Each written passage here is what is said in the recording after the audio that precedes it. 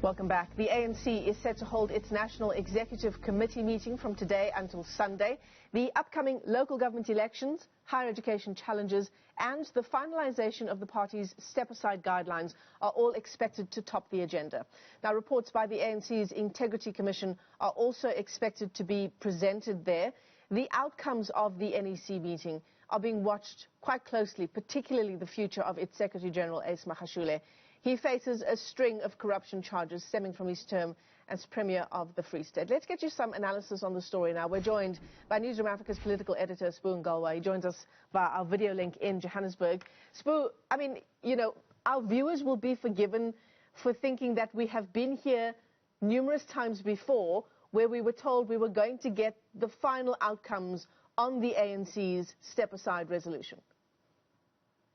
Michelle, it has been a long road, and I would understand that frustration, not just for our viewers, but also for ANC members, because it has been a process that has dragged for so long, and the ANC in the process has been projected and seen as a party that is unable to implement its own resolutions. And we've heard numerous times where the party's leadership has talked about how they want to make sure that the processes are right. So there is the big question this weekend is whether Ace Magashule will finally step aside. Remember, that is the recommendation of the Integrity Commission of the ANC. But what had happened, Michelle, was that the ANC leadership, that is their top six, could not finalize the issue of the guidelines in terms of who should step aside and how they should step aside, because obviously the issue was being challenged within the party. That is where they brought in stalwarts like Matthew Sposa and also former President Kgalema Motlanthe. Now, that panel did submit their guidelines at the last NEC meeting, but even so, while the guidelines were generally accepted, there were still some outstanding issues that the NEC wanted them to raise. Now, these are issues like the following, Michelle. Like, for instance, while the ANC, in terms of an office bearer within the party, it's easy for them to ask that person to step aside. The question that the panel had to answer is what happens in a case of someone who's like an MP.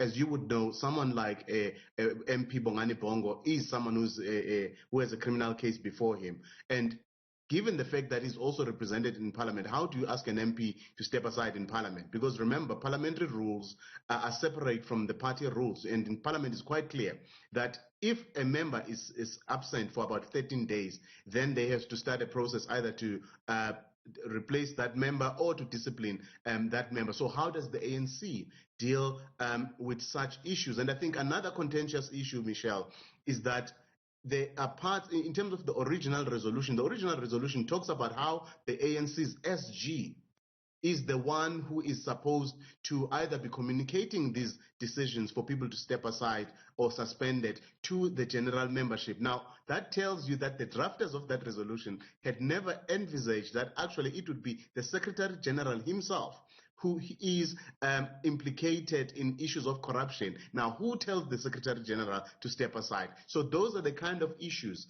that they have to deal with. But given the fact that it has taken so long, it actually makes sense why people would feel that the ANC is actually paralyzed in dealing with the matter. But that is the issue that is top of the agenda this weekend, Michelle. And we will see whether they are able to finally ask the Secretary General, who's the top administrator of the party, really, to step aside. And I understand as well there are some Integrity Commission reports that are expected to be presented at this NEC meeting as well. I mean, most of the newspapers on this Friday morning are leading with this story. It gives you a sense of, you know, many of them are saying tempers are expected to run high. It's going to be quite a heated meeting. Emotions are going to be high. That's probably putting it mildly. Look, I'm sure it will be a full-on fight. You know, I think it will be a brawl, but the reality is that the past few NEC members have been tense, actually, you know. It is actually not unexpected, given the nature of the issues before them. This is about people's careers and also political opportunities that it presents. Because remember that the Ramaphosa administration, their term expires in 2022, which is just next year. And political campaigns ordinarily should be in full swing. Yes, the parties are hamstrung by the COVID-19 regulations, but the reality is that people are also looking ahead, and those campaigns have started. I mean, you've seen your Magashule 17, or rather Magashule 22, referring to the 2022 conference, and some of his supporters arguing that or campaigning that he be the next ANC president. So that's what also colors or muddies these issues. But the reality here is that in terms of the Integrity Commission's report, because of the contentious issue of Magashule's having to step aside, there have been heated debates within the ANC about the consistency, one, of the Integrity Commission, but also how the party deals with its reports. And the Integrity Commission itself has complained about how the party leadership continues to disregard their reports. And while Magashule may be the most prominent member of the ANC or leader of the ANC to have been asked to step aside, you must remember that the Integrity Commission has actually asked the same of Deputy Finance Minister David Masondo. That's in relation to the case where, as I understand, the case where I think an ex-girlfriend of his was arrested by the Hawks, and where he had been accused of abusing his position. Now, it's people like him. There is a decision there. There is someone like Ebongani Bongo who faces corruption, allegations of corruption in Mpumalanga, and also, but in the Eastern Cape, two regional chairmen who were recently asked by the party. In fact, they were suspended by the party, which tells you that this is going to be a difficult NEC, because the ANC in the Eastern Cape has already implemented the guidelines and asked two strong regional chairmen to step aside as they come into this meeting. And they are the ones who have actually been very clear and quite vociferous in saying that Ace Magashule should step aside. So that is the kind of sentiment and mood that precedes this meeting from this afternoon, Michelle. I'm glad you talk about the ANC in the Eastern Cape, because it's also that branch of the ANC that is expected to discuss the role of the group that we now know as the Radical Economic Transformation Group. The ANC in the Eastern Cape saying it's not a group that can now be fobbed off as meaningless, for lack of a better term.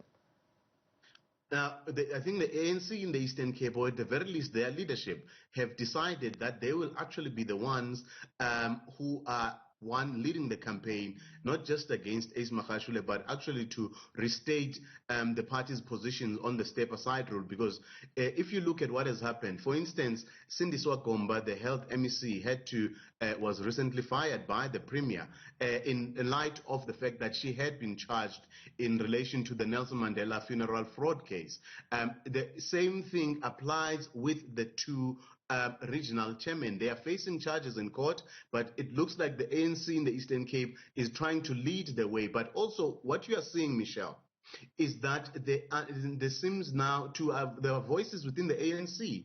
I think for the longest time, leaders of the ANC who are not in the so-called RET grouping had chosen to stay out of this and ignore the RET grouping. But I think the danger with that is that in terms of public sentiment, the impression that was created was that this grouping is a strong and a dominant grouping, which is actually far from the truth if you look at what the decisions of the NEC have been, but also if you look at the recent decision of the ANC caucus in Parliament in relation to Busisiwe Mkhwebane. You can see that there are those voices. They may be loud, they may be making a lot of noise outside and in the media, but internally within the ANC, within its NEC and within its caucus in Parliament, they are not the dominant voice. So I think it was that's why you saw people like Joel Neshitenza come out publicly challenging Ace Magashule and the so-called RET grouping. That is why you are seeing some ANC stalwarts aligning themselves to the campaign, the Defend Our Democracy campaign. Now, that is the intensity